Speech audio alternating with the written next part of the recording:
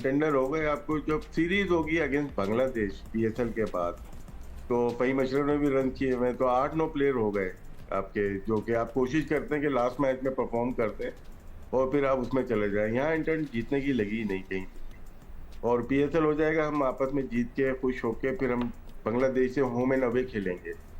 उसके खेलने के बाद हम वेस्ट इंडीज से खेलेंगे। वेस्ट इंडीज के बाद हम अफगानिस्तान से खेलेंगे।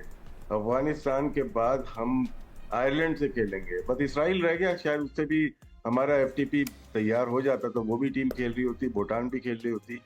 यही प्रॉब्लम है जो हम क्रिकेटर्स को भी क्रिटिसाइज करते हैं, क्रिकेट अथॉरिटीज को भी करते हैं कि जब आप एफटीपी बना रहे होते हो तो कचरा क्यों लेके आ जाते हो। माजरत के साथ कचरा, मैं टीमों को नहीं बोल रहा, लेकिन आपके पास जो लगातार एक बड़ी टीम तो होनी चाहिए थी। इन 4 जो वेन्यूज जो टीमें आ रही हैं खेलने के लिए, कहीं पे आप बात कर लो, न्यूजीलैंड से आपने खेल लिया, आप ऑस्ट्रेलिया से बात कर लेते, आप इंग्लैंड से बात कर लेते, आप साउथ अफ्रीका से बात कर लेते, कहीं पे भी एक बड़ी टीम नजर नहीं आ रही। तो क्या हम सही डायरेक्शन में, हम बुरी तरह हारते हुए आए हैं लास्ट 4 मंथ, अगर 3 मंथ अगर देखें, चैंपियन ट्रॉफी हो ये सीरीज हम ले लेते हैं तो बुरी तरह हारते हुए आ रहे हैं।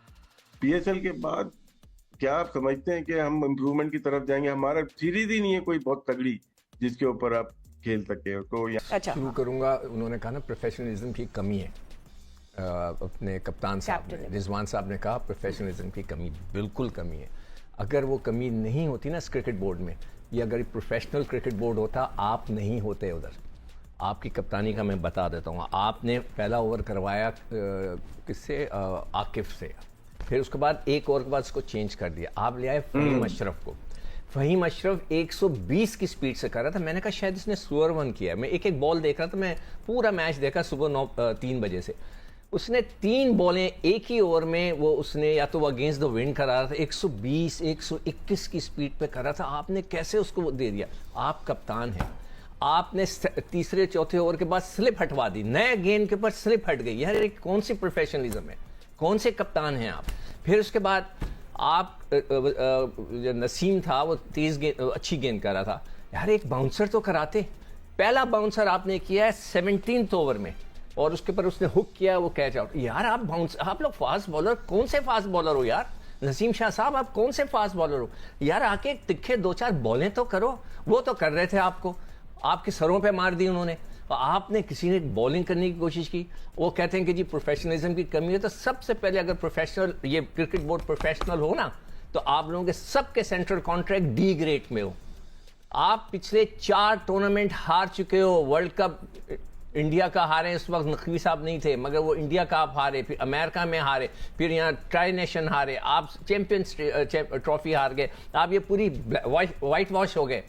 अगर प्रोफेशनल क्रिकेट बोर्ड हो, अगर नकवी साहब को जोश आ जाए, मैं उनसे रिक्वेस्ट करूंगा सबसे पहले आपके सेंट्रल कॉन्ट्रैक्ट में आपको सब कुछ नीचे लेकर आ जाएंगे। डी कैटेगरी में आप रहेंगे जब तक आप कोई चैंपियनशिप नहीं जीतते, जब तक कि वो जो एशिया कप हो रहा है, T20 वर्ल्ड कप, ये बांग्लादेश जो भी आशित कह रहा है ना, बिल्कुल सही कह रहा है। इन टीमों के खिलाफ नहीं, इस बेसिस पे नहीं, आपका सेंट्रल कॉन्ट्रैक्ट अब उठेगा जब अंडर ये आप एशिया कप या आप T20 का वर्ल्ड कप जीतेंगे। अदरवाइज आप सब डी कैटेगरी में होंगे। ये अगर कर सकता है क्रिकेट बोर्ड, प्रोफेशनल बन सकता है, तो फिर बात बनेगी, आगे कुछ नहीं। इस पूरे सीरीज में हमने एक चीज अचीव की है जो मैं समझता हूं, वो है सुफियान मुकीम। उसने जो बॉलिंग की है, बहुत अच्छी बॉलिंग की है। मैं सबके सिलेक्टर्स के आगे हाथ जोड़ रहा हूं कि खुदा के वास्ते उसको ये टैग ना कर दें कि ये सिर्फ वाइट बॉल का बॉलर है। नहीं, उसको सारी क्रिकेट खिलाएं, फैसल अकरम को भी लेकर आएं, उसको भी खिलाएं, तो आपकी टीम कुछ बनने लगेगी।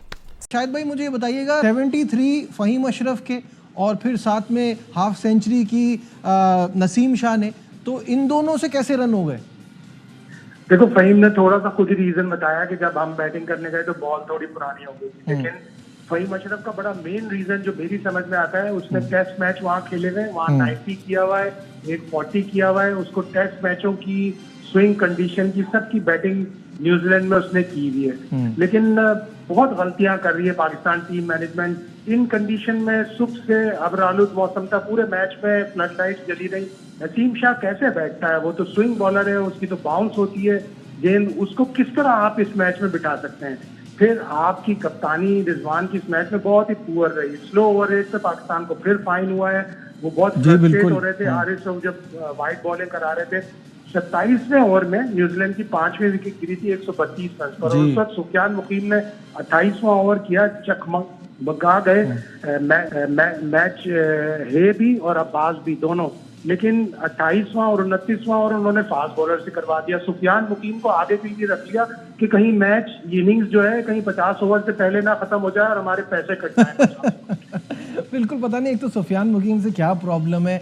अभी एहसास होता होगा कामरान, जो हम चैंपियंस ट्रॉफी में बोलते रहे कि इसको डाल लें, इससे फर्क पड़ेगा, ये वहां जाके इतनी अच्छी बॉलिंग करा रहा है, जब मैच में मौका मिल रहा है रन भी कम दे रहा है, विकेटें भी ले रहा है। अगर यही चैंपियंस ट्रॉफी में इसको डाला हुआ होता और वो जो भोंडे किस्म के एक्सक्यूजेस दिए थे वो ना दिए होते तो बेहतर ना होता।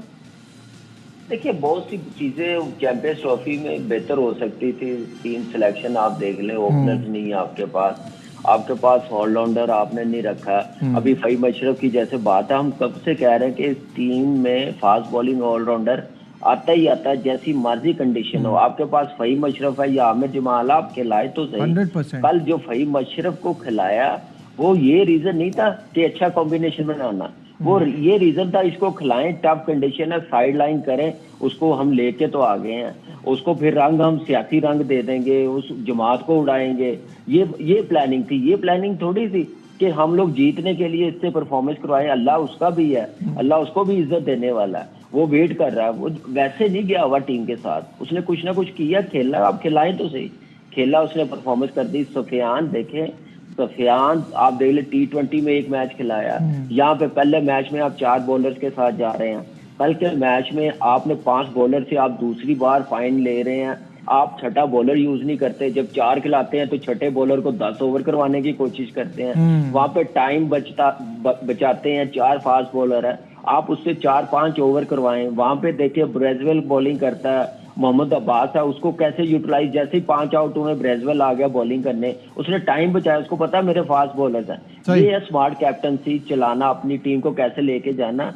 हम सॉरी तो से हमारी टीम में ऐसी game awareness, smart captaincy, professionalism इतनी दूर चला गया, मुझे लगता है कि वो सोचना भी नहीं पसंद करते इन चीजों की तरफ। अब तो देखें इन 3 चीजों के साथ एबिलिटी, स्किल पर भी बात करें, वो भी नहीं है।